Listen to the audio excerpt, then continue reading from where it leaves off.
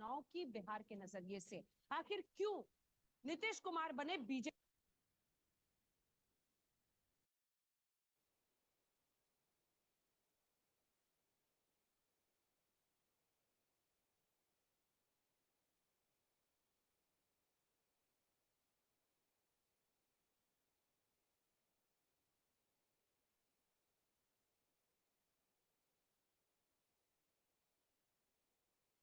हाँ, सबको प्रणाम। आवाज आ रही है मेरी? जी आ रही है जी। नमस्कार सभी को। नमस्कार।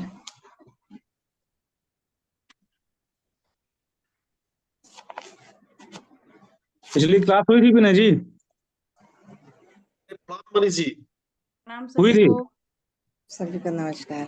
पहला क्लास तो कैसे हुआ था मुझे लगता है। पिछली क्लास हुई थी कि नहीं? हुआ था। अच्छा, उससे पिछला नहीं हुआ प्रैक्टिस था क्लास ना? चला था जी। जी हैं? जी, उससे प्रैक्टिस पिछली क्लास। हुई थी, पिछली बार हुई। पिछली बार हुई थी, उससे पिछली नहीं हुई थी। हाँ हाँ जी। गुरुजी किसी जगह गए थे। पिछली बार हम बाहर थे। मनीष जी कुछ समझ में आ रहे हैं ना? कारकांश लगन से गुरुजी बोले हैं प्रैक्टिस करने के लिए। हाँ मैम, पिछली बार हम थे नहीं क्लास में, 15 दिन से पढ़े नहीं। दरअसल हम लोग का एक चुनाव था, वही चुनाव लड़ने में लगे थे 20 दिन से उसी में। अच्छा अच्छा, आप लोग स्कूल टीचर हैं तो सरकार काम में लगा दिया ना। नहीं नहीं, स्कूल टीचर नहीं थे हम, यहाँ एडमिनिस्ट्रेशन अच्छा, में है, लखनऊ लोकल में। ओ अच्छा अच्छा, तब तो और ज्यादा दायित्व बढ़ जाएगा आप लोगों का। हम लोग का जो है वो जो है इसका कर्मचारियों का जो संयुक्त वो है, उसमें उसमें उसका चुनाव था पूरे प्रदेश का। अच्छा अच्छा। मनीष जी के भाई जो एसडीएम है।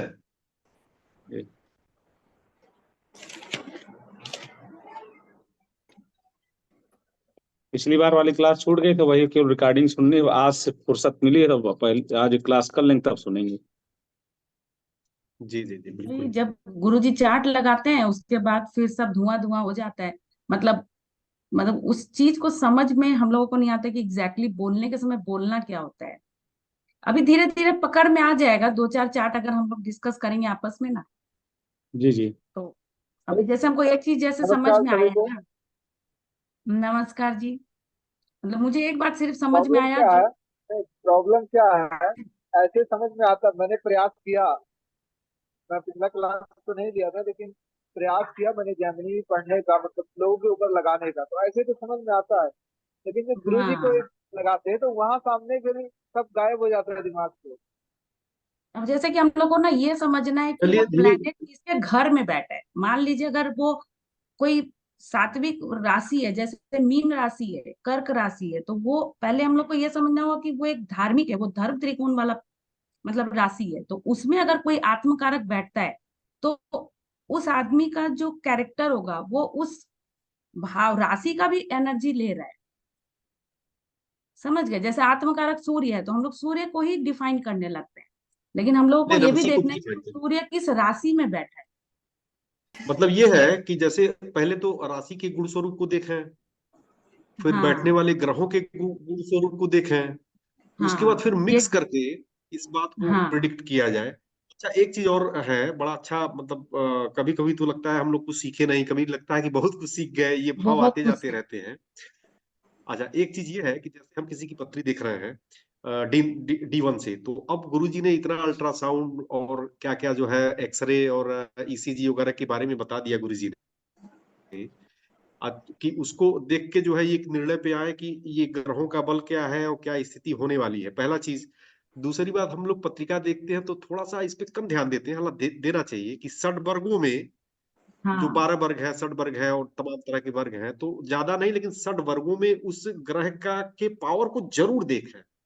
तो यही तो पहला, गुरु जी कहते हैं कि हम उसके साथ लोगों साथ को जो है। मतलब ग्रहों का बल देखना है। तो हम लोग पूछते हैं ना बल कहाँ से देखेंगे गुरु जी, तो गुरु जी कहते हैं ना कि षटवर्ग में जाइए ना, वो जो हाँ हाँ बना हुआ रहता है जी कि जी भाई जी सूर्य आत्मा कारक है, लेकिन अगर वो षटवर्ग में अगर कमजोर है जी तो वो जी आदमी फिर उसको मतलब कि वो नेतृत्व करने वाली क्षमता और ये सब होगी कि नहीं होगी, उसमें आपको बोलने से पहले समझना है। जी जी जी लगन में होते ही सूर्य वो नेता बन जाएगा ऐसा नहीं बोल सकते ना, बिल्कुल बिल्कुल। कि भाई अच्छा, एक चीज और उस शेयर मैं षटवर्ग में करना चाह रहा था आप लोगों से कि कई हाँ पत्रिकाओं पे तो इतना जबरदस्त रिजल्ट मिलता है, जैसे लगता है कि बहुत कुछ सीख गए। या कुछ पत्रिकाओं पे लगता है कुछ मेल ही नहीं खाता है। अभी मैं आज एक पत्री देख रहा था, वो गुरु का दशा आया हुआ है उस मतलब 2019 से गुरु का दशा है, और गुरु जो है पराक्रमेश और षष्ठेश है। बैठा अच्छा। लगन में है, बैठा लगन गुरु में जी है। प्रणाम गुरु जी जी। जी, और हम्म, प्रणाम प्रणाम गुरु जी। आप लोगों को। प्रणाम जी। नमस्कार जी। प्रणाम गुरु जी। प्रणाम गुरु जी। प्रणाम गुरु जी। नमस्कार नमस्कार नमस्कार।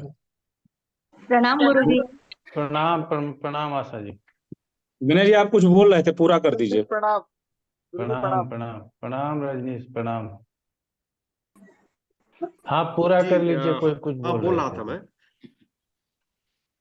जी जी जी सर, ये अपना मतलब एक एक्सपीरियंस आज शेयर कर रहा था कि एक पत्री आज मेरे पास आई। सुबह मैं देख रहा था 2019 में उनका गुरु का महादशा आया। गुरु पराक्रमेश और षष्ठेश है, होके लगन में बैठा है। और बैठा किसके है? व्ययेश बुध के साथ, जिसकी मूल त्रिकोण राशि जो है बुध की द्वादश भाव में पड़ी हुई है। ऐसे कंडीशन में स्थिति उनकी गुरु के आने के बाद जो है ये हो गया कि वो कहीं भी पैसा लगा रहे हैं तो फंस जा रहा है। किसी भी काम को पूरा करने की कोशिश कर रहे हैं, नहीं हो पा रहा है, बहुत परेशान है। तो गुरु का ही जो है महादशा आने के बाद जो षडाष्टक वगैरह की कुछ स्थिति इस तरह की बनी थी, तो स्पष्ट दिख रहा है कि गुरु के आने के बाद जो है फिर उनके गुरु के मतलब मंत्रों का, गुरु की पूजा के बारे में बताया मैंने। तो कुछ पत्रिकाओं पे सर जो है इतना सटीक जो है नियम लगता है कि जैसे लगता है कि बहुत कुछ सीखा है हमने।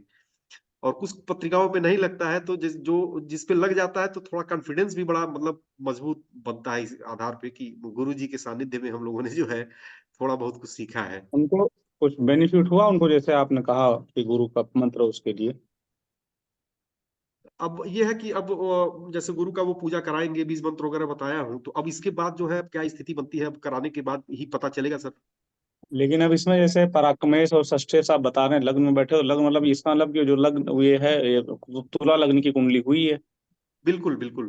तुला लग्न की कुंडली में जो मूल त्रिकोण राशि शुक्र की है उसके साथ, और गुरु और शुक्र में आपस में, तो उसके लिए तो ये कारक नहीं रह गए तुला राशि के लिए गुरु। हाँ, तुला राशि के लिए कारक नहीं रह गए। वो जो है वो संघर्ष वाली स्थिति पैदा किया, और व्यय बुध के साथ है सर। तो वो व्यय भाव का भी जो है भाव आ गया गुरु में। तो ये है।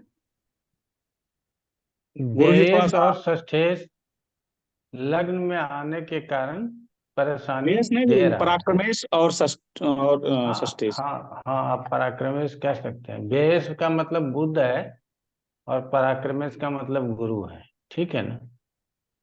अब आगे लेकिन इसको कष्ट ही रहेगा ये जरूरी नहीं है, जी जी बिल्कुल बिल्कुल।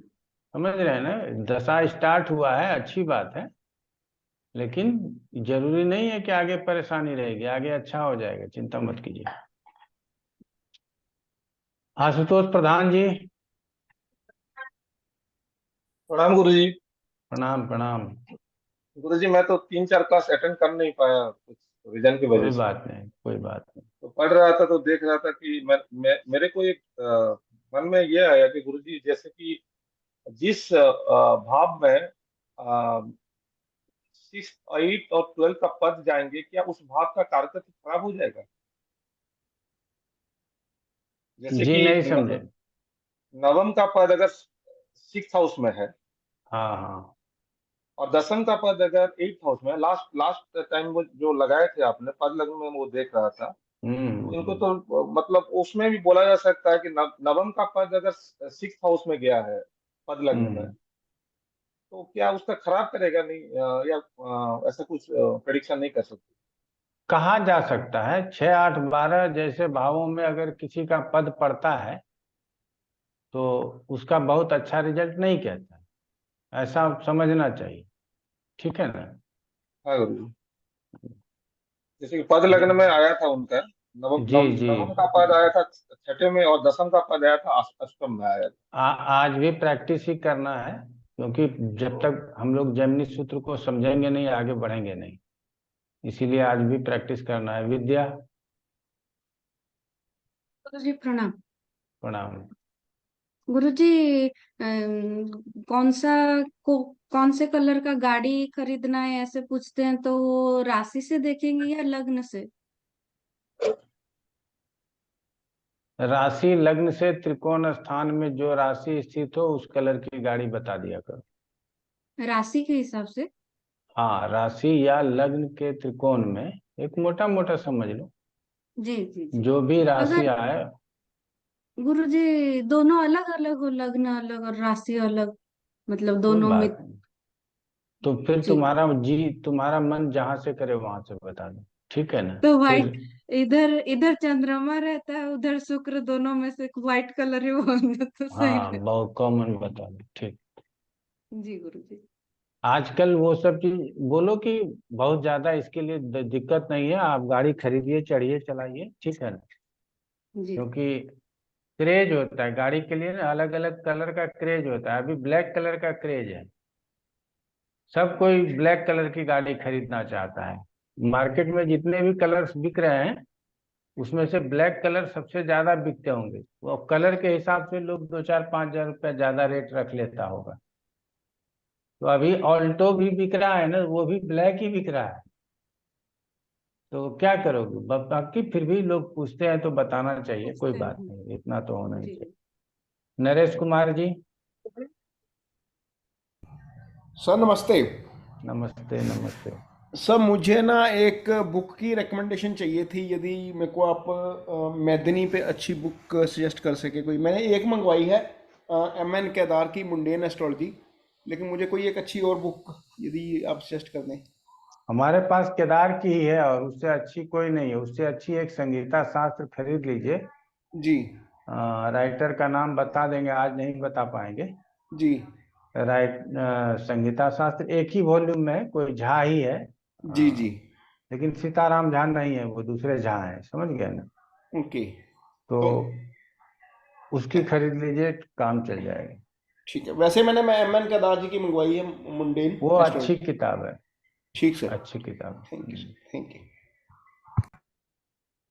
तो हम लोगों को पत्रिका के ऊपर अभ्यास करना है। तो पत्रिका कौन दे रहा है? गुरुजी मैं और एक क्वेश्चन। जी हम दे रहे हैं पत्रिका। ठीक है मधु कपूर जी, आपकी पत्रिका ली जाएगी। आशुतोष जी बताइए, क्या कहना है आपका? गुरुजी ऐसा है, घर का इशू है, मेरा चाचा का लड़के का शादी जो हो रहा है, वहां पे चाची पूछ रही कौन सा दिशा में होगा, लड़की कहाँ मिलेगी, ये तो बहुत डिफिकल्ट सब तो क्या बताया अब जाए मुझे। पहले दिशा सप्तम स्थान में या सप्तमे जिस राशि में हो, वो राशि जिस दिशा में हो वो दिशा बताना चाहिए। लेकिन अब ये इसके ऊपर बहुत ज्यादा सटीकता नहीं होती है, ठीक है ना? हाँ गुरुजी, तो सप्तम सर, सप्तम जिस राशि में गया है उसमें कुछ कुछ बोल सकते हैं उसके ऊपर। हाँ हाँ हाँ। मधु कपूर जी, मेल फीमेल? मेल गुरुजी। मेल। हम्म। पिछले डेट संडे ऑफ को भी बर्थ गुरुजी बताइए। प्रैक्टिस ही हुई थी क्या? बर्थडे है अप्रैल अप्रैल 3rd 2002। टाइम है 10:48 AM। और ये है यूएस का है, यूएसए में।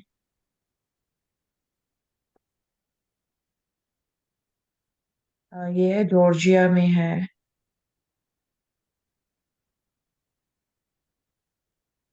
जॉर्जिया जी, इसके नीचे, फ्लोरिडा के नीचे होगा आप थोड़ा। ये रहा, लॉरेंसविल, LAWRENCE,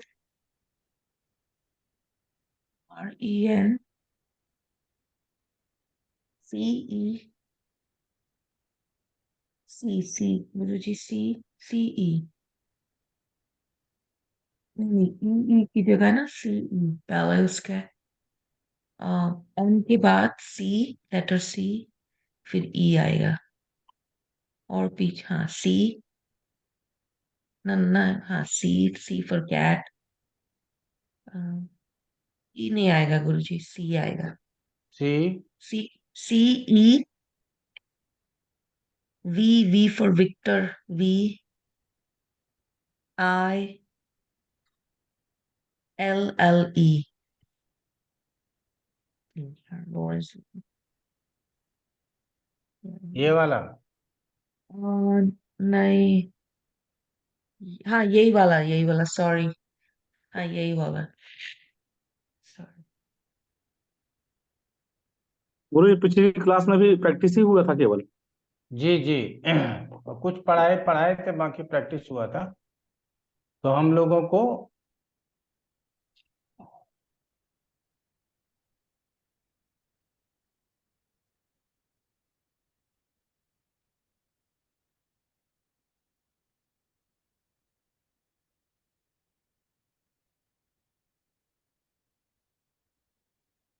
सबसे पहले तो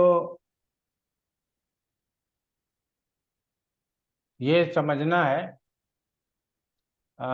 कोई शायद हमको लगता है पहले क्लास में सचदेवा जी और मधु कपूर जी भी नहीं आए थे। गुरुजी क्या? सॉरी, हमने हाँ लास्ट 2 शायद क्लासेस हमको नहीं जहाँ अटेंड तक कर पाए थे। हाँ याद है। तो आज जो लोग भी हैं उसमें से जो पहले क्लास में अटेंड किया है, हमने आपको पत्रिका भी देख लेता हूँ मैं, 1 मिनट।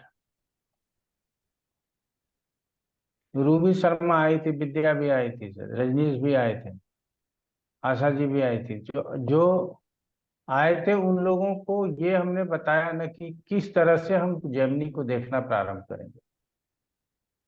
तो वो चीज एक बार आप लोग डिफाइन करो, आप ही लोग करोगे, हम नहीं करेंगे। कैसे क्या देखना है, लगन जी से मैं क्या नहीं देखना थी, है। तुम भी नहीं थे? नहीं थी। अच्छा ठीक है, तो रूबी शर्मा जी होंगे, रूबी शर्मा जी डिफाइन करेंगे। जी गुरुजी हम थे। हम्म। तो क्या देख लग्न से क्या समझना है, आगे उसको कैसे समझना है, हम प्रकृति के कैसे समझेंगे, स्थिति को कैसे समझेंगे, ये सब मैंने बताया हुआ है। इसको आप क्लियर कर दो ताकि आम लोग जो आज प्रैक्टिस करें उनको दिक्कत नहीं। अश्वेता भी आई थी, आज भी आई है।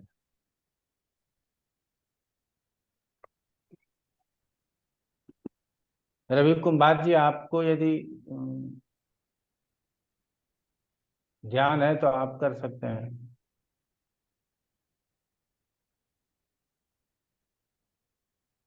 सर मैं नहीं कर पाऊंगा एक्चुअली। मैं ये इस समय ट्रेन में रहता हूँ, तो मेरी सारी क्लासेस ट्रेन में ही निकली है, तो कुछ नोट्स नहीं बना पाया हूँ सर मैं। कोई बात नहीं। श्वेता जी से पूछिए सर। अश्वेता जी गुरुजी, हमसे सवाल नाराज मत होइएगा। सवाल दोबारा से। सब सवाल है कि हम जेमिनी को देखें कैसे। गुरुजी सबसे पहले वो भगवान मेरा ब्लैंक है, वो जो कारकांश से, और फिर गुरुजी पूरा ब्लैंक है अभी फिलहाल, दिमाग काम नहीं कर रहा। कोई बात नहीं। रूबी? गुरु जी मैं बोलूं सर? हाँ हाँ आशुतोष जी बोलिए आप। जो मैं पढ़ के गुरु जी आपका, मैं तो अटेंड नहीं किया था। पहले हमको हाँ। आत्मकारक को लग्न बना के देखना है गुरु जी, प्रकृति के लिए। हम्म।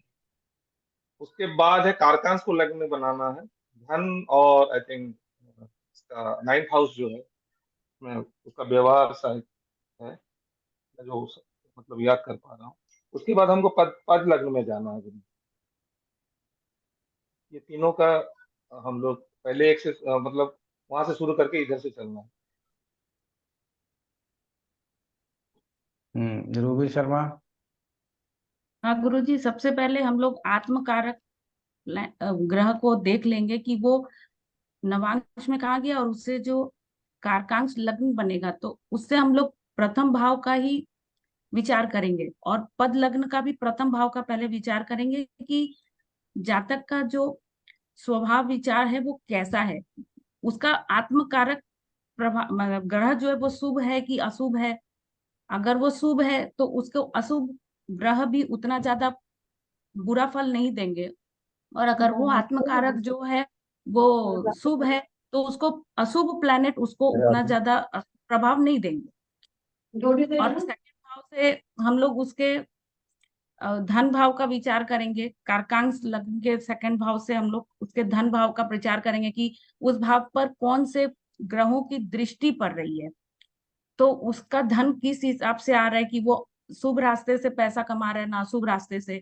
थर्ड भाव से उसके पराक्रम का हम लोग विचार करेंगे कि जातक जो है वो कायर है ना पराक्रमी है। फोर्थ भाव से उसके घर और वाहन का विचार करेंगे कि उस पर कौन से प्रभाव ग्रहों का प्रभाव है। जैसे हम लोगों ने पढ़ा है कि फोर्थ हाउस से उसके स्वभाव का भी पता चलेगा, उसके कार्य कुशलता का भी पता चलेगा। फिफ्थ हाउस से गुरुजी हम लोग उसके बुद्धि का विचार करेंगे, उसके संतान का विचार करेंगे। छठे भाव से उसके रोग ऋण रिपु का भी विचार करेंगे और उस पर पड़ने वाले ग्रहों का प्रभाव से हम लोग उसका विचार करेंगे। सप्तम भाव से पत्नी का विचार करेंगे कि मतलब कि उस भाव पर जो कौन से ग्रहों का दृष्टि पड़ रहा है, और उस भाव से उस ग्रह में मान लीजिए वहां पर स्थिर है कि चर है, ये सब हम लोगों को देखना है। अष्टम भाव से उसके गुण ज्ञान का रहस्य पता चलेगा। नवम भाव से धर्म का पालन करना पता चलता है और स्वभाव का भी, कि जातक जो है वो धार्मिक होगा कि नहीं, ये पता चलेगा। अगर वहां पर शुभ प्लैनेट की दृष्टि आ रही है तो जातक जो होगा वो धर्म के रास्ते पे चलने वाला जातक होगा। दसम भाव से उसके कार्य क्षेत्र को हम लोग विवेचना करेंगे कारकांश लगन से। और 11वें भाव से उसका लाभ का हम लोग विचार करेंगे कि D1 में तो दिख रहा है कि जातक को लाभ मिल रहा है, लेकिन कारकांश लगन में हम लोग देख रहे हैं कि वहां पर 11th हाउस जो है वो पीड़ित है, या वहां पर शुभ ग्रहों की दृष्टि नहीं आ रही है, या वहां का जो ग्रह है वो वहां पर अच्छा फल नहीं देने में असमर्थ है। और जो 12वां हाउस है वहां से उसको हम लोग देखेंगे गुरुजी उसके मतलब उसके व्यय का और उसके धर्म का भी विचार करेंगे कि वो उसको मोक्ष की प्राप्ति कहाँ से होगी, ये सब देखेंगे गुरुजी। कारकांश कुंडली से हम लोग ये देखेंगे। और हम लोग फिर पद लगन से भी देखेंगे इसको कि पद प्रथम पद से मतलब तृतीय में प्रथम पद से, जो प्रथम पद से ये देखेंगे गुरुजी कि उसके सप्तम में और मतलब प्रथम पद के छठे 8वें 12वें में कोई अशुभ पद नहीं गया है। इस तरह से हम लोग डिस्कस करेंगे गुरुजी, यही समझ में आया।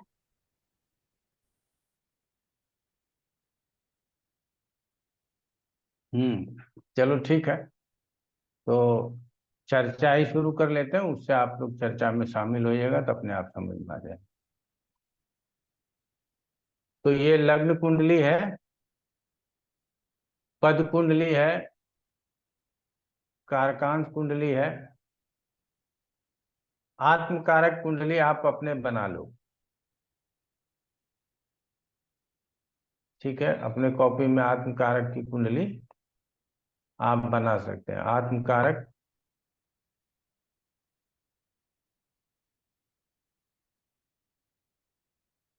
इस पत्रिका में मंगल है, तो मंगल अर्थात 1 नंबर राशि को लग्न मान करके आत्मकारक बन जाएगा।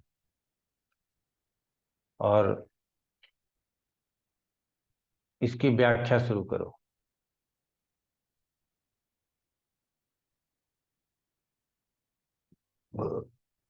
इससे ज्यादा का जरूरत नहीं है हमको, इसको यहाँ से होगा नहीं कुछ, हम समझ सकते हैं।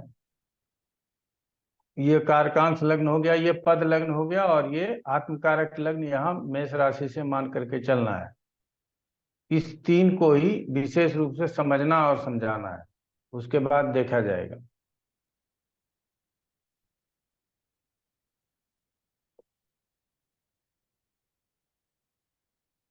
अब जैसे गुरुजी हम लोग ऐसा बोलेंगे ना कि आत्मकारक जो मंगल है वो ज्ञाति कारक के साथ लग्न में स्थित है, बिल्कुल अच्छा ही तो बोलेंगे।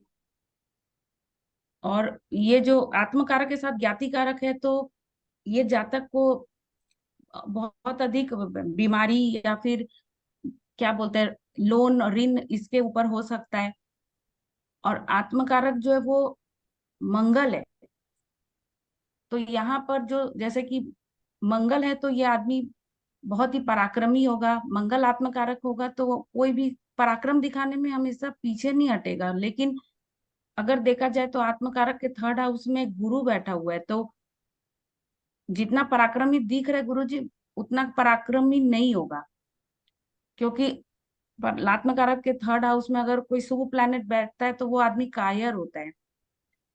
कायर नहीं बोलते, कायर शब्द अच्छा, अच्छा नहीं है। मतलब डरपोक बोलेंगे, मतलब थोड़ा हाँ, साहसी कम होगा। कायर तो नहीं बोलेंगे हाँ, गुरुजी, हाँ।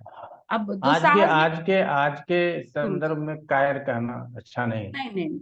हाँ, थोड़ा तो सा, गुरुजी वहां पर वो बल्कि मतलब हाँ, सौम्य प्रकृति का होगा, वो मतलब लड़ाई झगड़ा हाँ, पसंद नहीं करता होगा। बिल्कुल। सौम्य प्रकृति का बोलेंगे गुरुजी, क्योंकि थर्ड हाउस पराक्रम का है, वहां पर गुरु है, तो वहां पर वो शांति का रास्ता अपनाना चाहेगा। तो जिसको लोग आज उसको कहेंगे कि मतलब ये शांति प्रिय मनुष्य बोल सकते हैं, क्योंकि थर्ड हाउस में हाँ, पराक्रम के स्थान पर अगर कोई शुभ प्लैनेट चला जाए तो वो दुस्साहसी नहीं होगा गुरुजी। इसमें गुरुजी जैसे मंगल उसमें है लग्न में, तो आदमी का मसल्स और उसकी मतलब बॉडी तो अच्छी होगी, सब कुछ होगा, लेकिन जब कोई ऐसी दिक्कत आएगी जो जहां पर आपको साहस दिखाना होगा, तो वहां पर वो व्यक्ति अपने मसल्स और शक्ति के बजाय अपने विवेक, अपनी बुद्धि से उस चीज को निपटाने का प्रयास करेगा, ना कि बलपूर्वक। जी हाँ, ये होगा। जी ऐसा कह सकते हैं। आचार्य जी, एक मिनट रुक जाइए। जब हम आत्मकारक के को देख रहे हैं तो क्या क्या देखें, आप लोगों को बताए हैं पहले, फिर भी जो है तो एक क्लास में बताए, दूसरे क्लास में प्रैक्टिस कराए, तीसरे क्लास में भूल गए, है ना। तो ये कथा है। तो सबसे पहले लग्न देखें, आत्मकारक का लग्न। तो लग्न में क्या देखें? राशि देखें। उसके बाद ग्रह देखें कि कौन सा ग्रह है। वहां अन्य कारकों की स्थिति युति देखें। तो जैसे वहां ज्ञाति कारक युत है आत्मकारक के साथ, तो ये हमको समझना है। उसके बाद आत्मकारक के ऊपर दृष्टि देखें। तो वृष राशि को छोड़ करके 5, 8, 11 ये राशि दृष्टि डालता है, तो दृष्टि देखें। इतना तो हमको पहले देखना ही देखना है, उसके बाद ही आगे बढ़ना है। ठीक है। उसके बाद हम विश्लेषण में जा सकते हैं। यहाँ पे हम प्रकृति को, जिस तरह से किसी के भी लग्न पत्रिका में जाते हैं, लग्न को देख करके उसके प्रकृति को दर्शाते हैं, उसी प्रकार से यहाँ पे आत्मकारक को देख करके जातक का लग्न स्पष्ट करें कि जातक का स्वभाव कैसा होगा, आकृति कैसी होगी। ठीक है ना। ये सारी बातें हम लोगों को यहाँ से क्लियर कर देना चाहिए। क्लियर हो गया। उसके बाद आत्मकारक में और क्या क्या बताया गया है उसको लेकर के आपको डिफाइन करना है। उसके बाद हम चले जाएंगे कारकांश लग्न पे। तो पहले आत्मकारक लग्न को, अब और जो भी बोलना चाहते हैं हाथ उठा लीजिए, तो वो ज्यादा अच्छा है। समझ रहे हैं ना। निरुपमा मिश्रा जी शायद बोलना चाह रहे थे, बोलिए। हाँ आचार्य जी, बस हम यही कहना चाह रहे थे कि जो आत्मकारक है वो ज्ञाति कारक के साथ बैठा है, तो हम ये कह सकते हैं कि वो ग्रस्त रहेंगे या उनकी इम्यूनिटी पावर बहुत ज्यादा अच्छी नहीं हुआ करेगी, और वो जल्दी जल्दी बीमार पड़ सकते हैं, रोगी हो सकते हैं। और ऐसे ही जो बुध और सूर्य इकट्ठे हैं, सूर्य जो है अमात्य कारक है, और ये जो बैठा हुआ है ये बुध के साथ बैठा है जो मात्र कारक ग्रह है, तो ये भी एक तरीके से राजयोग की कंडीशन हुई इसके हिसाब से। तो वो, लेकिन वो 12वें भाव में बैठा हुआ है, तो क्या वो विदेश में या किसी कार्य से संलग्न हो सकते हैं, इस विचार है। और दूसरा, शनि के साथ राहु का कॉम्बिनेशन अच्छा नहीं कहलाता, और वो कुटुंब भाव में है, तो उससे संबंधित कोई समस्या अवश्य हो सकती है।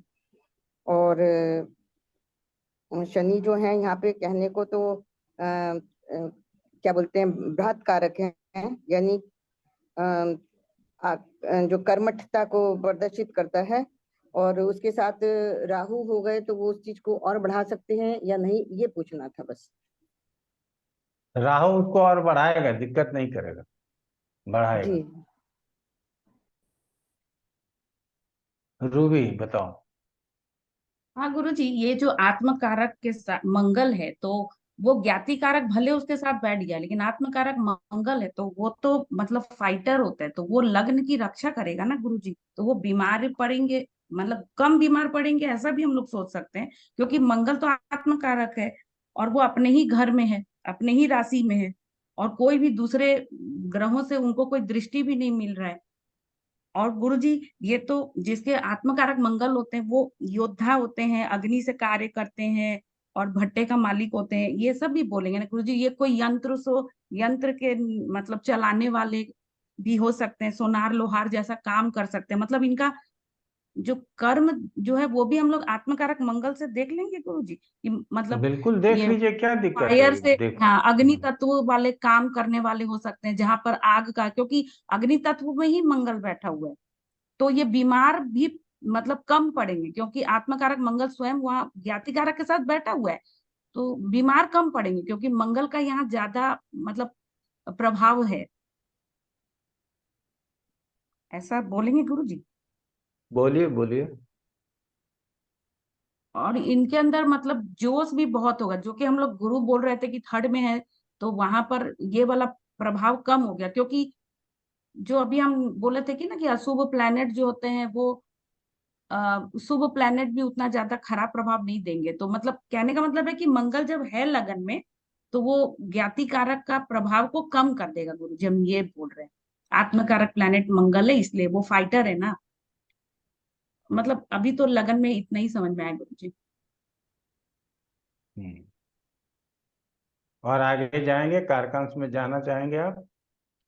हाँ गुरु जी, अगर कारकांश में देखिए तो लगन में बना है धनु राशि, वो भी धनु राशि जो है गुरु जी वो एक मतलब ये क्या बोलते हैं, मोक्ष त्रिकोण की एक राशि है। नहीं, धनु तो फायरी एलिमेंट है, हाँ मोक्ष नहीं है ये, जल तत्व नहीं है गुरु जी। ये धनु राशि जो है वो फायरी तत्व है और उसमें चंद्रमा बैठा हुआ है। तो जातक जो है कारकांश कुंडली में चंद्रमा अगर लग्न में बैठेगा तो ये बहुत ही भावुक और इमोशनल होंगे, बहुत ज्यादा। गुरु की दृष्टि भी है कारकांश लगन पर, तो और सूर्य बुध का भी प्रभाव है कारकांश के लगन पर चंद्रमा पर, तो सूर्य बुध और गुरु का प्रभाव इनके मन पर है। तो ऐसे जातक जो होते हैं वो बहुत ज्यादा वेदों के ज्ञाता और क्या बोलते हैं गुरु जी, ये मतलब राइटिंग स्किल इनका अच्छा होगा, वेदों का शास्त्रों का अध्ययन करने वाले होंगे, धर्म में इनका बहुत ज्यादा रुचि होगा। और देखिए गुरु जी, इनके 12वें में भी केतु बैठा हुआ है तो वो मोक्ष की तरफ बढ़ने वाले होंगे। गुरु जी पूरा डिस्कशन करना है ना, सिर्फ लग्न को डिस्कशन करना है? ना ना, पूरा कीजिए, आप स्वतंत्र हैं। क्या गुरु जी, तो देखिए लग्न जो है वो धनु राशि बनी है, जो कि एक मतलब सात्विक राशि है, वहां पर एक शुभ प्लैनेट चंद्रमा बैठा हुआ है और वहां पर गुरु की दृष्टि है। तो ये पढ़ाई लिखाई में, उच्च विद्या प्राप्त करने में, ये सब में इनका मतलब बहुत ज्यादा अच्छे होंगे ये, क्योंकि इस पर सूर्य बुध का भी प्रभाव है लग्न पर। तो बहुत अच्छा पर्सनालिटी होगा इनका। चतुर्थ स्वभाव सेकंड भाव पर अगर देखें गुरु जी इनका धन का, तो इस पर ये तो चर राशि है, और स्थिर राशि ये देखिए राहु और शनि की दृष्टि पड़ रही है। स्थिर राशि की दृष्टि जो है इनके सेकंड भाव पर पड़ रहा है, तो जो इनका जो धन आता होगा वो शनि और राहु, शनि तो उनको धन को मतलब वो कर देगा गुरुजी, मतलब बाधा सृष्टि करेगा इनको, धन नहीं अपने घर को देख रहा है गुरुजी तो ये धन बहुत ज्यादा प्राप्त कर देगा। और राहु भी दृष्टि दे रहा है तो बहुत ज्यादा धन प्राप्त होगा, जो अब ऐसा तो नहीं बोल सकते गलत तरीके से आएगा, लेकिन राहु की दृष्टि है तो अब यहाँ पर राहु की सेकंड दृष्टि है तो बहुत कैसे धन प्राप्त करेंगे ये हम समझ नहीं पा रहे गुरुजी। और शनि और राहु की दृष्टि जो है वो इसके 11th हाउस पर भी पड़ रहा है, यानी कि इनको लाभ बहुत ज्यादा प्राप्त होता होगा, लाभ करा देगा। राहु जो है वो इनको लाभ करा देगा और शनि भी लाभ करा देंगे, क्योंकि उनका वो मित्र के हाउस पर उनका दृष्टि पड़ रहा है। और एक भाव पड़ रहा है धर्म के भाव पर। तो शनि और राहु जैसे प्लैनेट जो है वो धर्म का पालन नहीं करते हैं, तो हो सकता है कि ये धर्म का पालन उतना अच्छे तरीके से नहीं करते होंगे। और जो चतुर्थ एज भाव भी पर, देखना पड़ेगा। आई एम सॉरी, हाँ हाँ आपको एज बोलिए। भी देखना पड़ेगा ना। अभी he is 22, he is a student, तो अभी वो ओ काम नहीं ही करते। जस्ट, आप एज को भी देखो, अच्छा अभी अच्छा वो कॉलेज में है, कॉलेज में है। अच्छा अच्छा अच्छा। हाँ तो वो मतलब उनका धर्म से उतना लगाव नहीं होगा, जैसे कि अब धर्म का संबंध तो कोई एज से नहीं होता है। अगर देखा जाए तो धर्म का पालन करने वाले बच्चे, 5 साल के भी बच्चे जो होते हैं वो हरे कृष्ण हरे राम बोलने लगते हैं, अगर वो धर्म का पालन करते हैं। तो कोई स्पेसिफिक एज के बाद कोई धर्म का पालन नहीं करता है, धर्म तो उसके आत्मा में होता है ना। तो लेकिन अगर ये आदमी बहुत शुभ है, मतलब इनका देखिए कारकांस लगन में ये एक शुभ राशि बनी है जिस पर चंद्रमा है, तो वो बहुत ही चंचल दिमाग के हो सकते हैं ना, क्योंकि चंद्रमा जो है एक फास्ट मूविंग प्लेनेट है, बहुत ही मूडी प्लेनेट जिसको कहते हैं, उस पर इतना शुभ प्लेनेट तो मतलब है। तो अब सूर्य बुध जैसा प्लेनेट यहाँ चतुर्थ में बैठा हुआ है, तो स्वभाव में बहुत ज्यादा बोल्डनेस आएगा। और गुरुजी अभी इतना ही समझ में आ रहा है, अभी कोई और बोले। कोई बात नहीं, विनय कुमार जी।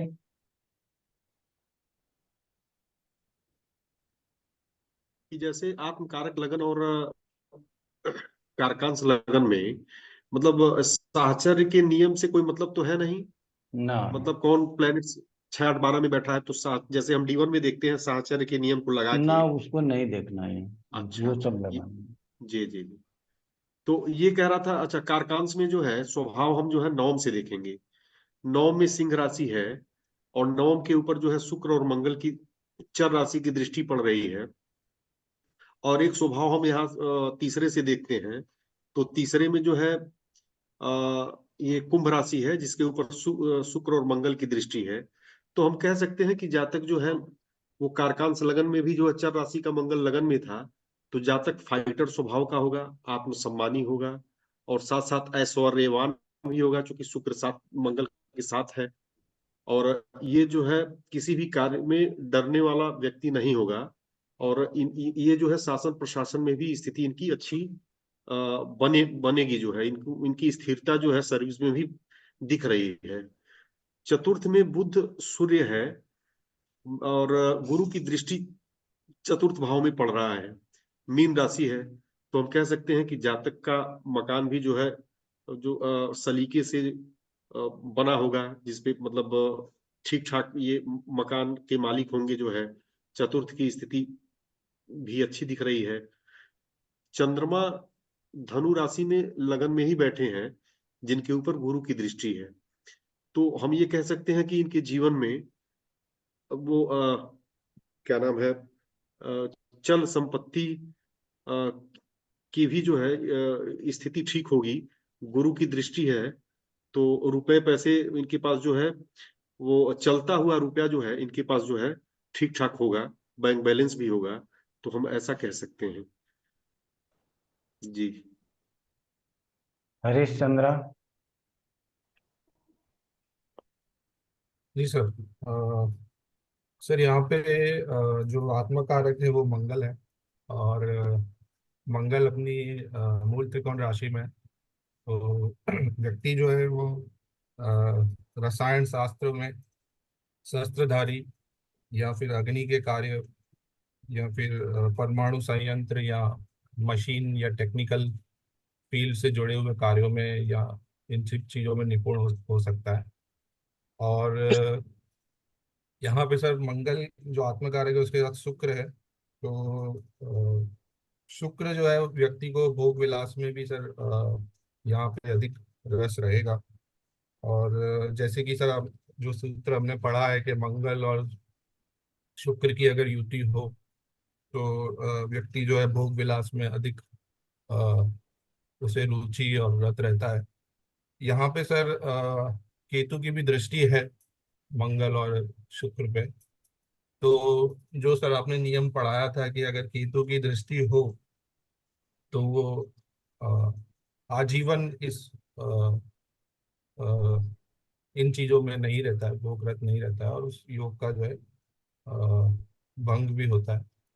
और यहाँ पे सर शुक्र जो है वो ज्ञाति कारक है और आत्म कारक के साथ है, और केतु से भी दृष्ट है। तो जीवन में सर उसे रोगों का भी सामना और शत्रुओं का भी सामना जो है उसे करना होगा जातक को।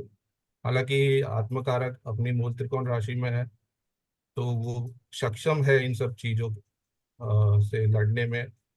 लेकिन परेशानियां और रोग शत्रु वगैरह भी उससे यहाँ पे परेशान करेंगे, ऐसा यहाँ पे प्रतीत हो रहा है। और कारकांश में सर यहाँ पे हम देखें तो धनु राशि आ रही है, और धनु राशि अगर कारकांश में हो तो व्यक्ति को ऊंचे स्थान से कुछ भय रहता है। लेकिन यहाँ पे चंद्रमा है, जो चंद्रमा जो है यहाँ पे शुभ स्थिति में है। और अगर चंद्रमा कारकांश के लग्न में है तो यहाँ पे हम कह सकते हैं कि जातक जो है अ, भोग विलास में और कला के क्षेत्र में, और व्यक्ति क्रिएटिव इन सब चीजों में आगे रहेगा, और विद्या में प्राप्त करने में तथा जीवन में सुख वगैरह जो है भोग सकता है, क्योंकि यहाँ पे चंद्रमा जो है वो क्षीण नहीं है। चतुर्थ में सर यहाँ पे बुध और सूर्य है। सूर्य जो है चतुर्थ में हो तो सर आपने बताया है कि व्यक्ति जो है पराक्रम के क्षेत्र में या फिर सरकार से जुड़े हुए किसी कार्य में या फिर किसी प्रशासनिक कार्यों में व्यक्ति हो सकता है। और यहाँ पे बुध के साथ है, और गुरु और चंद्रमा का भी यहाँ पे प्रभाव है। तो व्यक्ति लेखन से जुड़े या ज्ञान से जुड़े किसी कार्य में भी सर आगे जा सकता है। और व्यक्ति की अगर घर की बात करें तो सर यहाँ पे गुरु चंद्रमा का प्रभाव है सूर्य के साथ। तो व्यक्ति का जो घर होगा वो सर यहाँ पे भव्य हो सकता है, क्योंकि गुरु का और चंद्रमा का यहाँ पे योग बन रहा है। हालांकि सर यहाँ पे सूर्य का कुछ प्रभाव है, तो वो कुछ परेशानियां भी दर्शाता है। पंचम में सर यहाँ पे हम देख रहे हैं कि मंगल और शुक्र की जो स्थिति है, वो मंगल सर जैसे आत्मा कारक भी है और शुक्र के साथ है, तो व्यक्ति को टेक्निकल चीजों में ज्यादा रुचि हो सकती है, या उसकी जो एजुकेशन है या फिर उसका जो करियर है वो टेक्निकल लाइन में हो सकता है। और शुक्र के साथ है तो सर कोई पद भी सर उसे इन इन जुड़े हुए इन टेक्निकल लाइन से जुड़े हुए किसी फील्ड में पद प्राप्त हो सकता है, ये भी कहा जा सकता है। छठे स्थान में सर यहाँ पे शनि और राहु की जो युति है कारकांश में, तो व्यक्ति को जो है जीवन में संघर्ष दर्शाते हैं, और रोग की भी यहाँ पे संभावनाएं हैं। जैसे कि सर जो आत्म कारक से भी दिख रहा है कि यहाँ पे ज्ञाति कारक के साथ उसकी युति है, और कारकांश में भी यहाँ पे शनि राहु छठे स्थान में है, तो रोग से और शत्रुओं से परेशानी यहाँ पे दिख रही है। सप्तम स्थान पे सर यहाँ पे गुरु है और चंद्रमा का प्रभाव है, वहाँ पे सूर्य बुध का भी सर यहाँ पे प्रभाव है। तो पार्टनर से सहयोग दिख रहा है कि सर जीवन साथी का अच्छा जो है उस पार्टनर का यहाँ पे साथ मिलेगा, और यात्राओं से भी उसे लाभ है। 12वें स्थान में सर केतु है, यहाँ पे मोक्ष की बात आपने बताई थी, लेकिन सर यहाँ पे केतु जो है वृश्चिक राशि का है, जो अशुभ ग्रह की राशि है। मीन या कर्क राशि का होता तो कुछ मोक्ष की बात थोड़े हम प्रबल तौर पे करते, लेकिन सर यहाँ पे मंगल और शुक्र का भी प्रभाव जा रहा है वहाँ पे। तो धर्म में रुचि रहेगी, ये हम कह सकते हैं। लेकिन मंगल का और केतु का वृश्चिक राशि में जाने से वहाँ पे कुछ कठिनाइयां भी दिख रही हैं सर। अभी सर इतना ही विश्लेषण कर पाया हूँ, बाकी अगर हरीश चंद्रा, जी सर। सबसे पहले पूछेंगे तुमसे, एक आध प्रश्न कर लेते हैं, क्रॉस कर लेते हैं, अच्छे स्टूडेंट रहे हो। कारकांश लग्न से केंद्र और त्रिकोण में शुभ ग्रह हो तो क्या होगा, अशुभ ग्रह हो तो क्या होगा, और दोनों प्रकार के ग्रह हो तो क्या होगा? शुभ ग्रह है तो सर जो शुभता है वो बढ़ जाएगी। अशुभ ग्रह है तो शुभता जो है वो कम हो जाएगी, और अगर मिश्र है तो मिश्र परिणाम प्राप्त तो क्या इस तरह से कारकांश लग्न को डिफाइन नहीं किया जा सकता? और किया जा सकता है सर। चलिए ठीक है, विनय कुमार जी बताइए क्या आप कहना चाहते हैं? जी, यहाँ जो नवांश बना हुआ है सर, तो जैसे हम D1 के नवांश में जो है ग्रहों का मतलब स्थिति देखते हैं, उसका बल देख लेते हैं क्या स्थिति है, तो क्या उसी तरह इस नवांश में भी जो है आत्मकारक ग्रह और ये कारकांश के ग्रहों का जो है बल देखेंगे? उतना जाने का जरूरत नहीं है। इस पत्रिका में हम आप लोगों को बताएं कि ये आत्मकारक है, इसको देखेंगे, ये पत्रिका सही है। यहाँ ये आत्मकारक का लग्न है, लग्न में चंद्रमा है, इसको लेकर के देखेंगे, उसके बाद इस पत्रिका को देखेंगे। ये 3 पत्रिका बहुमूल्य है।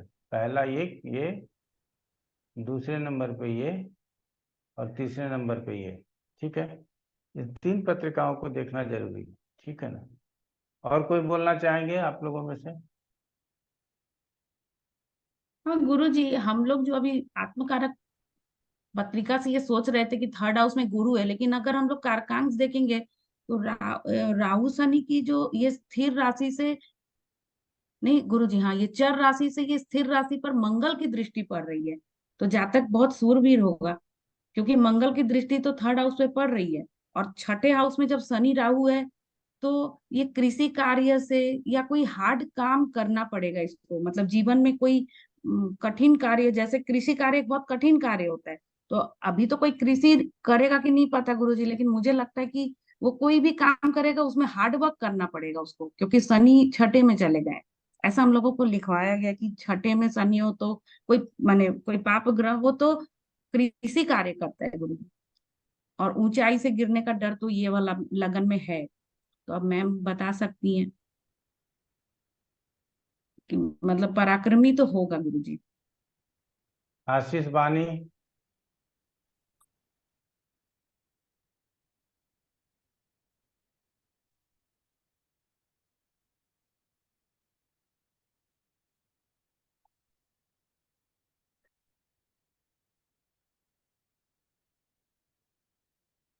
आशीष बानी, आवाज मिल रही है?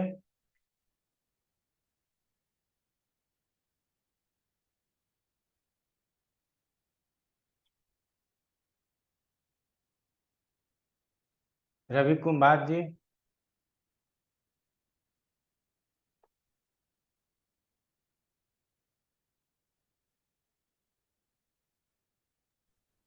सर ट्रेन में हूँ, चार्ट नहीं देख पा रहा हूँ अच्छा सर। कोई बात, सॉरी। नरेश कुमार जी।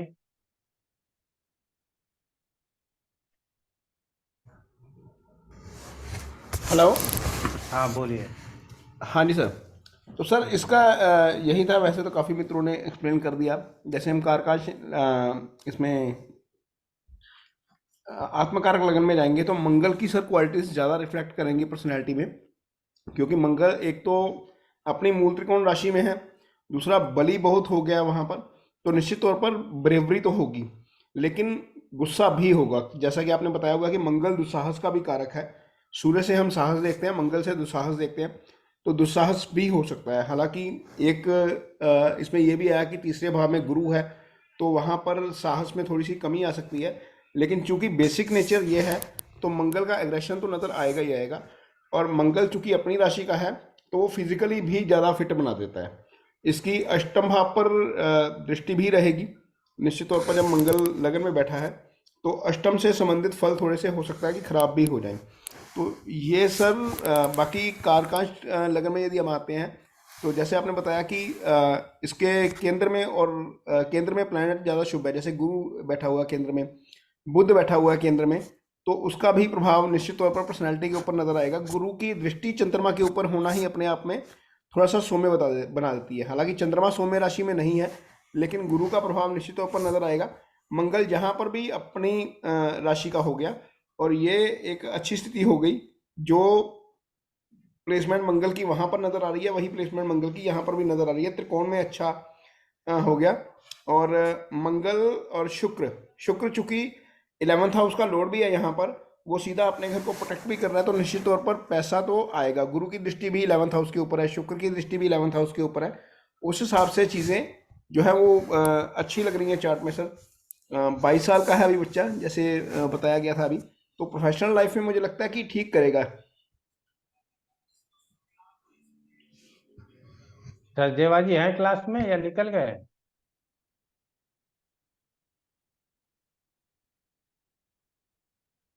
गुरुजी उन्होंने लिखा तो कुछ इंटरनेट इशू है। अच्छा, I don't know, है। हम बताएं, हम तो जानते हैं इसको। हाँ आप बताइए, आप जानते हैं, आप बताइए। नहीं, हम लॉजिकल है, अभी तो स्टूडेंट है, जैसे क्यों है बोला कि लॉजिकल, क्यों है ये बताइए। लॉजिकल है, मतलब कि यहाँ पे अब तो हम जेमिनी सीख रहे हैं, पहले तो हम हाँ, उसे देखते थे। एक तो गुरु है, ना ना ना लगन की राशि में गुरु बैठा हुआ है, ना ना ना, वो जेमिनी तो में से बताना है आपको, ओके, क्यों क्योंकि लॉजिकल। मंगल है ना, मंगल है, मंगल है आत्मकारक, आत्मकारक मत मंगल है, और मंगल है। मंगल स्वराशि का है, मेष राशि का हम्म ही है, इसीलिए हम्म जातक बहुत ही ज्यादा लॉजिकल होता है। ठीक, और लॉजिकल बोलिए। है, और बहुत लाइक हार्ड वर्किंग है। जैसे हेल्थ इश्यू बोला सबने, तो ऐसे कोई हेल्थ इश्यू नहीं है। हाँ, जब बोर्न हुआ था, छोटा था ना, फर्स्ट 2 इयर्स ऐसे छोटे छोटे छोटे मोटे हेल्थ इश्यू रहे थे। अभी ऐसे कोई हेल्थ इश्यू ऐसे तो नहीं है, छोटा मोटा जैसे सबको होता है, कभी कोल्ड हाँ हाँ, कॉफ, वो चलता है। वो है, ऐसा कुछ नहीं है। अपने हेल्थ का बहुत ध्यान रखते हैं। ज्ञाति अम, कारक आत्म कारक के साथ हो तो स्वास्थ्य के साथ साथ जीवन में हमें परिश्रम करने का सामर्थ्य अधिक देता है। हम हम्म अपने जीवन में बहुत परिश्रम करते हैं, बहुत जिसको कंपटीशन कहते हैं ना, छठे से कंपटीशन की बात होती है, ठीक है ना, 8वें से शोध की भी बात होती है। तो हम लोगों को सिर्फ बीमारी नहीं बोल करके यहाँ संघर्ष की भी बात बोलनी चाहिए, परिश्रम की बात बोलनी चाहिए, और शोध की बात बोलनी चाहिए। कि जहाँ तक शोध करता होगा, बहुत परिश्रमी होगा और बहुत मेहनत के साथ अपने जीवन में आगे बढ़ेगा। अगर ज्ञाति कारक है तो सिर्फ हम रोग बता देंगे तो गलत हो जाएगा। ठीक है। वो रिसर्च, आपने जैसे गुरुजी का रिसर्च, रिसर्च माइंड है। चाहे छोटी से छोटी कोई चीज हो ना, उसको अपना रिसर्च करेंगे, देखेंगे। अरे आप ये नहीं कह सकते आप ये जाके खा लो, वो करेंगे नहीं नहीं, ये ठीक नहीं है, एंड ही विल रिसर्च। तो वो भी है, रिसर्च माइंड है। तो अभी तो क्या है कि अभी तो वो क्योंकि बोला ना स्टूडेंट है, जैसे हाँ, घर का कह सकते हैं कि पेरेंट्स का घर अच्छा है, अभी तो उसका तो अपना कोई प्रॉपर्टी नहीं है, कोई ऐसे वो नहीं है। और समझदार है ओवरऑल, रिस्पेक्टफुल है, सबको रिस्पेक्ट देते हैं, ऐसे नहीं है। और गुस्सा नहीं है, ऐसे गुस्सा नहीं है। एक हमने देखा कि जैसे अगर आप क्योंकि मंगल पे थोड़ा केतु का दृष्टि है, अगर आप देखें ना 285 में, हाँ, कभी कभी चिड़चिड़ापन आता है कि जैसे आप हाँ, कोई फालतू चिड़चिड़ापन बात कह बोल, सकते हाँ, हैं, गुस्सा नहीं कह कोई सकते। फालतू बात बोल दे ना, जैसे कोई गलत बात बोल दे, तो हाँ, वैसे गुस्सा नहीं है, ऐसे सबका रिस्पेक्ट करते हैं, हार्ड वर्किंग बहुत है। अभी तो वो जैसे मेडिकल की तैयारी कर रहा है, तो डॉक्टर बनना चाहता है, तो मेडिकल स्कूल जाना चाहता है। तो अभी तो, और अच्छी बॉडी भी अच्छी है, लाइक अच्छा अच्छा बॉडी बिल्ड है, अच्छा गुड लुकिंग है, हैंडसम है, वो टॉल तो है। सब मंगल बता ही हम्म, रहा है। मंगल हाँ, के तो वो साथ शुक्र भी ये पर्सनालिटी, बता रहा है। अट्रैक्टिव पर्सनालिटी है। और ऐसे हम्म। कोई भोग विलास में कुछ नहीं है, जैसे हाँ, समझ ऐसे कोई सकते हैं। फालतू पैसे खर्च करने वाला नहीं है वो। ये नहीं कि साहस के मामले में मैम, क्या चीज, वो दीदी से, हिम्मत साहस हिम्मत के के मामले संबंध। में। ओ या हिम्मत तो है, मतलब कि अ, हिम्मत तो है, हिम्मत वाला है, कुछ भी कर दो तो ऐसे मना नहीं करेंगे। अब आई डोंट नो, अब आप कैसे नहीं मैम, हिम्मत की मतलब बात। मतलब वो अपनी मसल्स के द्वारा उसके द्वारा पावर का प्रदर्शन का प्रयास करता है, या दिमाग से अपने हर चीज को निपटाने का प्रयास करता है, ये नहीं, कहें। ऐसे ऐसे कोई, आई डिडंट अंडरस्टैंड, बट ऐसे कुछ नहीं है। अपना कहने का दिमाग मतलब निडरता, कहने का इंटेलिजेंट मतलब है निडरता दिमाग के साथ। से। हाँ जी, हाँ हाँ, कहने दिमाग का से कोई मतलब अपना निडर लड़ाई काम के करना साथ। झगड़े है। वाला नहीं है, सॉरी, लड़ाई झगड़े वाला ऐसा कुछ नहीं है। अपना इंटेलिजेंट है, अपना दिमाग से काम करता है, ऐसे वही कोई चीज हो गई, पावर। वही चीज हो गई। मतलब कि हाँ, he likes to make his body, जैसे एक्सरसाइज करते हैं तो मसल बनाते हैं, पर ऐसे कोई शो ऑफ नहीं है। तो वो जितना हमें आपका समझ आया। पर इंटेलिजेंट है अपना दिमाग से, आपको जैसे आप कुछ बोलोगे तो आपको वो लॉजिक बताएगा उसमें, कि भाई अपना बिल्कुल वो रखेगा विद लॉजिक। गुरुजी ऐसे ठीक बोला हमने? जैसे बिल्कुल। तो हम्म। वो ज्यादा अपना इंटेलिजेंट यूज करता हाँ, है। आगे आगे चूंकि हम्म ज्ञाति हम्म कारक से छठे की भी बात होती है और छठे से रोग की भी बात होती है, तो छठे से डॉक्टर की भी बात होती है। तो यहाँ ये भी माना जा सकता है कि आत्म कारक के साथ ज्ञाति कारक है, तो जातक का मेडिकल में होना चाहिए। दूसरा कि कारकांश लग्न से केंद्र में और त्रिकोण में, तो केंद्र में चंद्रमा है, बुध है, गुरु है, त्रिकोण में शुक्र है, और दो अशुभ प्लैनेट्स हैं, एक मंगल है और एक सूर्य है। तो मंगल आत्म कारक है और सूर्य अमात्य कारक है। उसके बाद भी चार चार शुभ ग्रह, चंद्रमा, बुध, गुरु और शुक्र का प्रभाव है, तो जातक अपने जीवन में धनी और विद्वान हो सकता है। समझ रहे हैं ना, सिर्फ धनी की बात नहीं करेंगे, विद्वान भी हो सकता है। तो इस तरह की बात करते हैं, ठीक है। तो यहाँ मूडी होना कहीं नहीं सकते, दोनों जगह पे ठीक है। लग्न अग्नि तत्व प्रधान राशि है, यहाँ भी मेष राशि है, अग्नि तत्व प्रधान है, और यहाँ भी मेष राशि है, अग्नि तत्व प्रधान राशि है। लेकिन यहाँ अग्नि तत्व प्रधान राशि में सूर्य की उपस्थिति नहीं है, मंगल की उपस्थिति है। तो मंगल तार्किक बनाएगा, क्योंकि वो अपने ही घर में बैठा है, इसीलिए जातक तर्कपूर्ण तरीके से किसी भी बातों को लेकर के चलेगा। और मंगल साहसी भी बनाता है, लेकिन कभी भी हम मसल पावर का प्रयोग नहीं करेंगे। तीसरे स्थान में गुरु, शुक्र, चंद्रमा, बुध आदि ग्रह हों तो हम अपने बुद्धि विवेक से ही आगे बढ़ते हैं, हम कभी भी मसल पावर का प्रयोग नहीं करते हैं। क्लियर हो गया? आप लोगों के समझ में आ गया यहाँ तक? अब पद लग्न की बात कर लेते हैं। तो पद लग्न से हमको सभी बातों को ध्यान में रखना है। तो पद लग्न क्या है कि तीसरा नंबर राशि जो लग्न है वही पद लग्न है। प्रथम पद कहाँ पहुंचता है? फोर्थ हाउस में। जब फोर्थ हाउस में प्रथम पद पहुंचता है, तो जातक भविष्य में अपने घर परिवार के प्रति आसक्त होगा। और घर परिवार बहुत ज्यादा, एक होता है ना कि बहुत ज्यादा मित्रों में रहना, बहुत ज्यादा फ्रेंड सर्किल में रहना, इधर वो उससे ज्यादा अपने परिवार के साथ अपना समय व्यस्त गुजारेगा। ठीक हो गया? लग्न के अंदर तीसरे भाव में तीसरी राशि जहां है, आप देखेंगे दसम पद दिखाई देता है।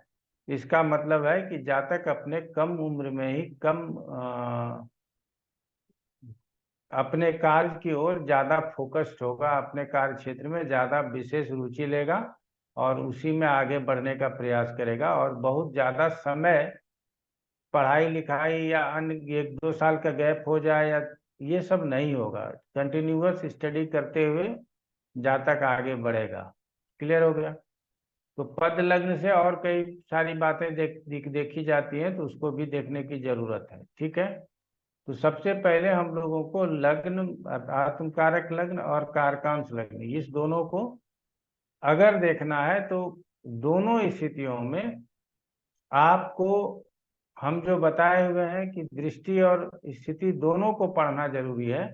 आप लोग पहले स्थिति पढ़ लीजिए, उसके बाद फिर उसके ऊपर दृष्टि पढ़ लीजिए।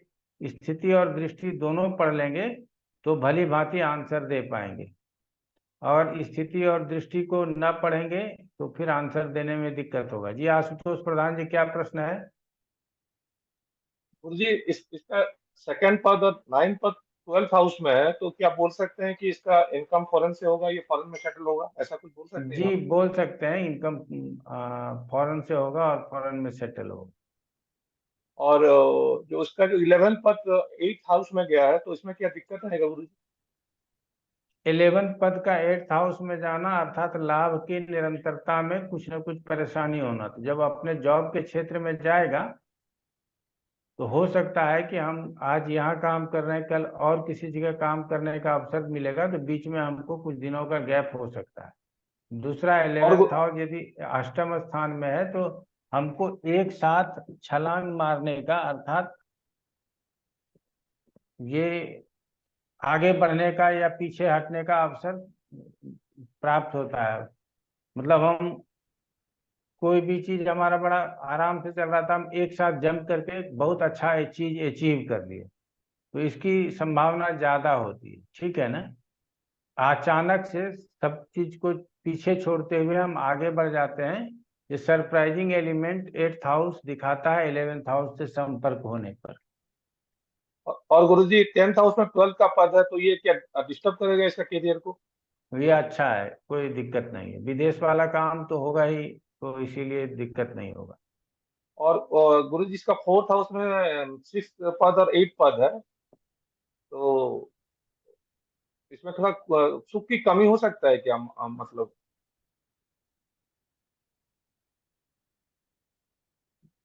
फोर्थ हाउस में गुरु जी तो अपने 4 पद है, कार्य क्षेत्र पर ज्यादा ध्यान होगा और घर के ऊपर कम ध्यान होगा। और इसका तो शादी बहुत अच्छा लग रहा है, 7th पद 4th हाउस में है, और ये भी मतलब शादी अच्छा होगा, शादी में कोई दिक्कत थैंक यू गुरु। नहीं। रजनी शुक्ला। बस एक छोटा सा जैसे हम चंद्रमा सूत्र से बड़े घर की बात करते हैं, यहाँ कारकान में चौथे भाव में सूर्य बैठे हैं, इसमें हम किस प्रकार के घर की बात करेंगे? हमको अच्छा घर प्राप्त होगा, घर की कोई दिक्कत नहीं है। ठीक है, हमको अच्छा घर मिलेगा, घर नहीं मिलने का और कोई कारण नहीं है। मधु कपूर जी, आपका क्या प्रश्न है? गुरु जी, हमारा ये क्वेश्चन था, जैसे आप पद कुंडली देखते हैं तो उसको उसको भी जो जहाँ फर्स्ट पद होता है उसको लगन नहीं बना के देखेंगे कि उसको उसको लगन ऐसे ही बना देखेंगे? करके देखेंगे। प्रथम पद जहाँ होगा उसको लगन बना करके देखेंगे, तभी तो हम देख पाएंगे उसको। तो यहाँ जो 6 नंबर की राशि है हाँ। उसको लग्न बना करके देखेंगे। और यहाँ गुरु जी, या गो ये वाला। सॉरी जी, तो इसको 6 नंबर को लगन बना लेंगे। जी हाँ। और गुरु जी, जैसे ये देखेंगे कि जैसे पद कुंडली का जहाँ फर्स्ट पद है वो लगन जो वो D1 में कहाँ पर है उससे प्रथम रिलेट पद करेंगे? कंपेयर अभी न मत कीजिए, अभी मत कीजिए। अभी प्रथम पद हमारा 6ठे स्थान में, तो 6ठा स्थान लग्न पत्रिका का चतुर्थ स्थान है, इसीलिए हमारा प्रथम पद अच्छे स्थानों में गया हुआ है, हमको दिक्कत नहीं है। ठीक है ना। जी। उसको बहुत ज्यादा कि 6ठे में गया कि नहीं, 8वें में गया कि नहीं, 6ठे 8वें 12वें में पद जाना नहीं चाहिए। समझ रहे हैं ना। कोई भी या 6ठा 8वां 12वां जेमिनी में हो या पराशरी में हो या प्रश्न एंड वर्ष में हो, किसी भी ताजिक में हो, सब जगह पे अभिशप्त है, अर्थात उसको बहुत अच्छा नहीं माना गया है। तो इसीलिए यहाँ भी पद लग्न में भी यदि 6ठे में प्रथम पद हो, 8वें में प्रथम पद हो, 12वें स्थान में प्रथम पद पड़ रहा हो, तो वो हमारे लिए अच्छा नहीं है, उसको हम लोग निगेटिव लेकर के चलेंगे। यहाँ चतुर्थ स्थान में प्रथम पद है, अर्थात जातक को जीवन में सुख सुविधा की कमी नहीं होगी, सुख सुविधा अच्छा मिलेगा। पद कुंडली से विशेष रूप से धन दौलत और सांसारिक सुख भोगों की बात की जाती है। समझ गए। तो हम लोग इससे सांसारिक सुख भोगों की बात कर लेंगे। जैसे तो कि हमने आप कहा कि आत्म कारक से कारकान से हम लग्न के साथ साथ अन्य सभी विषयों का जानकारी ले लेंगे।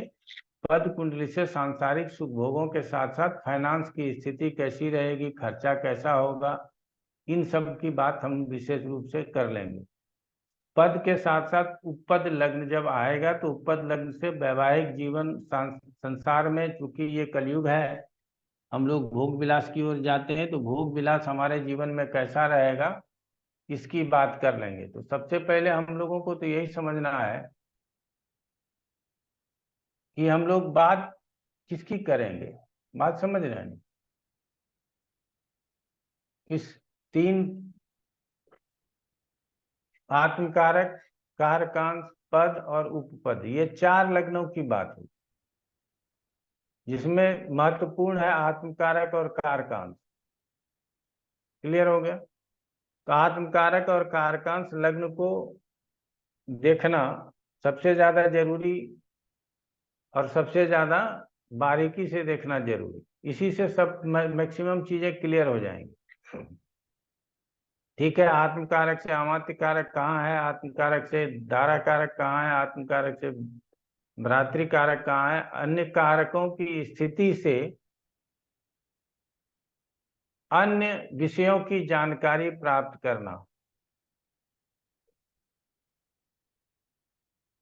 नंबर 2, ये तो कारकांश से कर लेंगे, अन्य कारक से कर लेंगे। कारक से कर लेंगे तो कौन से कुंडली में कर लेंगे? तो आत्म कारक को लग्न बना करके उस कुंडली में कर लेंगे। उसके बाद कारकांश को लग्न बना करके तो पूरा जीवन देखा जा सकता है। मुख्य रूप से यदि कहें कि कौन सी पत्रिका को सबसे ज्यादा ध्यान पूर्वक देखना है, तो कारकांश लग्न को सबसे ज्यादा ध्यान पूर्वक देखना है। इसीलिए कारकांश लग्न पहला देखते हैं। तो लग्न पहला देखते हैं तो लग्न के ऊपर क्या क्या ध्यान जाता है? तो लग्न कौन सी राशि का है, लग्न में कौन सा ग्रह स्थित है, लग्न कौन कौन से ग्रहों के द्वारा दृष्ट है, या ग्रहों की दृष्टि न बोलते हुए किन राशियों से दृष्ट है, जिसकी वजह से किन किन ग्रहों का प्रभाव वहां पहुंच रहा है। लग्न देख रहे हैं तो उससे केंद्र और त्रिकोण को देखना जरूरी है कि केंद्र और त्रिकोण भाव में कैसे कैसे प्लैनेट्स बैठे हुए हैं। यदि कारकांश लग्न से केंद्र और त्रिकोण में सिर्फ अशुभ ग्रह बैठे होंगे तो जातक को जीवन में सुख की कमी होगी, हर क्षेत्र में संघर्ष, स्ट्रगल और कठिनाइयों का सामना करना पड़ेगा। जातक का आत्मकारक लग्न से केंद्र त्रिकोण में यदि शुभ ही शुभ ग्रह हो, चाहे 1 हो या 2 हो या 3 हो, अगर अशुभ ग्रह न हो तो जातक धनी मानी होगा। मानी का मतलब नाम भी, जिसको नेम और फेम दोनों कहते हैं, धनी और मानी होना। अब बुध गुरु जैसे ग्रहों का प्रभाव यदि होगा तो वो विद्वान भी होगा। शुक्र के प्रभाव से ऐश्वर्यवान भी होगा। तो इस तरह से हम अलग अलग ग्रहों के प्रभाव से अलग अलग प्रकार का प्रभाव बता सकते हैं। बाकी अशुभ ग्रहों में शनि राहु केतु नहीं होना चाहिए। सूर्य मंगल थोड़ा बहुत चल जाता है, कोई दिक्कत नहीं, ठीक है ना। शनि राहु केतु होने से पाप प्रभाव होता है और उस पाप प्रभाव के कारण हमारे जीवन में दुख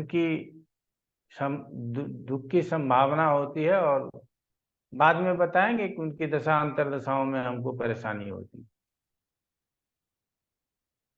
तो दृष्टि, स्थिति, युति, दृष्टि और केंद्र त्रिकोण में ऊपर प्रभाव, प्लस आप लोग जब केंद्र त्रिकोण पढ़ेंगे तो तीसरा, छठा, 11वां पढ़ेंगे ही पढ़ेंगे। तो जो शुभ ग्रह केंद्र में डिमांड कर लिया तो अशुभ ग्रह कहाँ हो जाएगा? तो तीसरे, छठे, 11वें में हो जाएगा।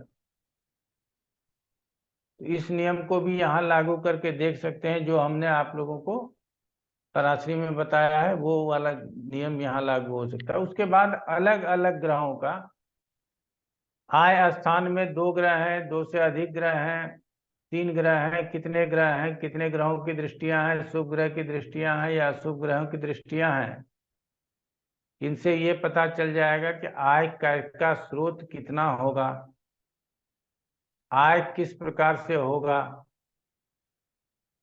अच्छे प्रकार आय लाभ, मतलब हमारा कहना है कि हम अपने जीवन में 1 नंबर से प्राप्त करेंगे या 2 नंबर से धन को प्राप्त करेंगे, ये समझना होगा।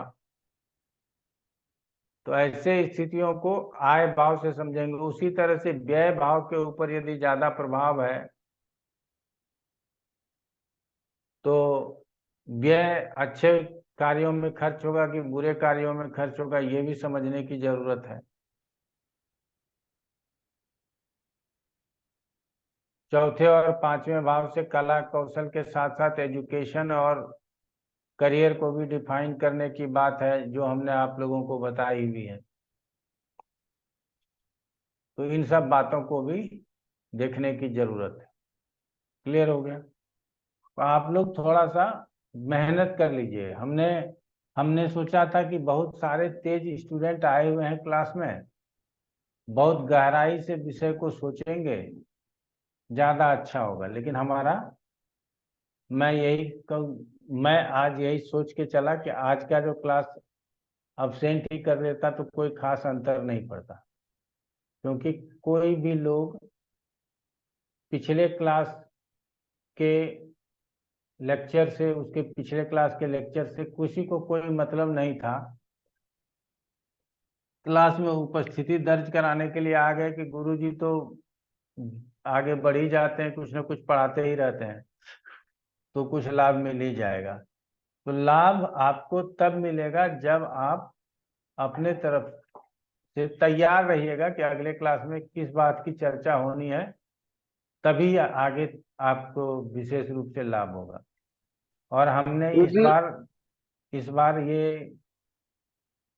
अपने आप में ये लिया हुआ है, क्योंकि ये क्लास शुरू होने से पूर्व ही मधु कपूर जी और हमारे सचदेवा जी का रिक्वेस्ट था कि सर पत्रिका पढ़ने आना चाहिए। तो ये मेरे ऊपर एक दबाव भी है कि हम आपको पत्रिका पढ़ने सिखा दें। अगर पत्रिका पढ़ने नहीं आया तो हमारे साथ जेमिनी करने का कोई लाभ नहीं है। इसीलिए आप लोग पत्रिका पढ़ने के लिए सीखिएगा। इस क्लास को अभी जो 5 मिनट बोला है वो तो याद ही रहा होगा।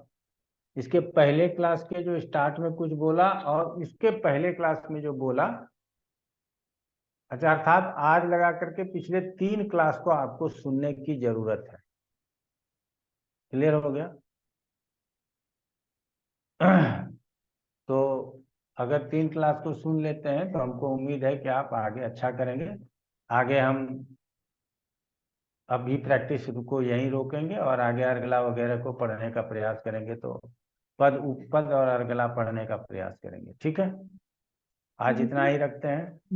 गुरुजी एक आप छोटा लोगों सा का क्वेश्चन प्रश्न? था। हाँ बोलिए एक मधु छोटा जी। सा जैसे अभी जैसे हम देखते हैं ना जेमिनी में, हम प्रभाव देखते हैं। जैसे 1 नंबर 1 राशि है, सो 2 उस पे जैसे 5 8 11 राशि। सो एक चीज हमने पढ़ी थी कि अगर प्लैनेट ना भी हो तो राशि का प्रभाव आएगा। ये क्या सच है?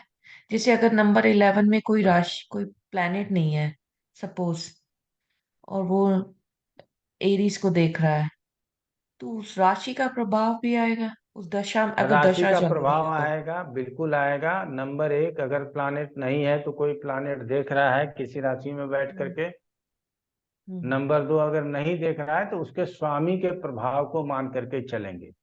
बाकी अन्य ग्रहों के राशियों का प्रभाव तो होगा ही होगा। अगर कोई हम्म, प्लानेट है अच्छी बात है, कोई देख रहा है अच्छी बात है, नहीं तो उसके स्वामी के प्रभाव को लेकर के चलेंगे। ये मैंने पहले ही आप लोगों को बताया हुआ है कि इसकी हम्म, चर्चा, यहाँ 2 बातों की चर्चा की गई है, तीसरी बातों को छोड़ दी गई है। तो तीसरी बातों को हम लोगों को स्वयं से लेकर के समझने की जरूरत होगी। क्लियर हो गया? और जैसे गुरुजी आपने तो बताया है कि हमें पता है कि जैसे जो प्लैनेट जो होते हैं जैसे सैटर्न, राहु केतु, उनका अशुभ प्रभाव होता है।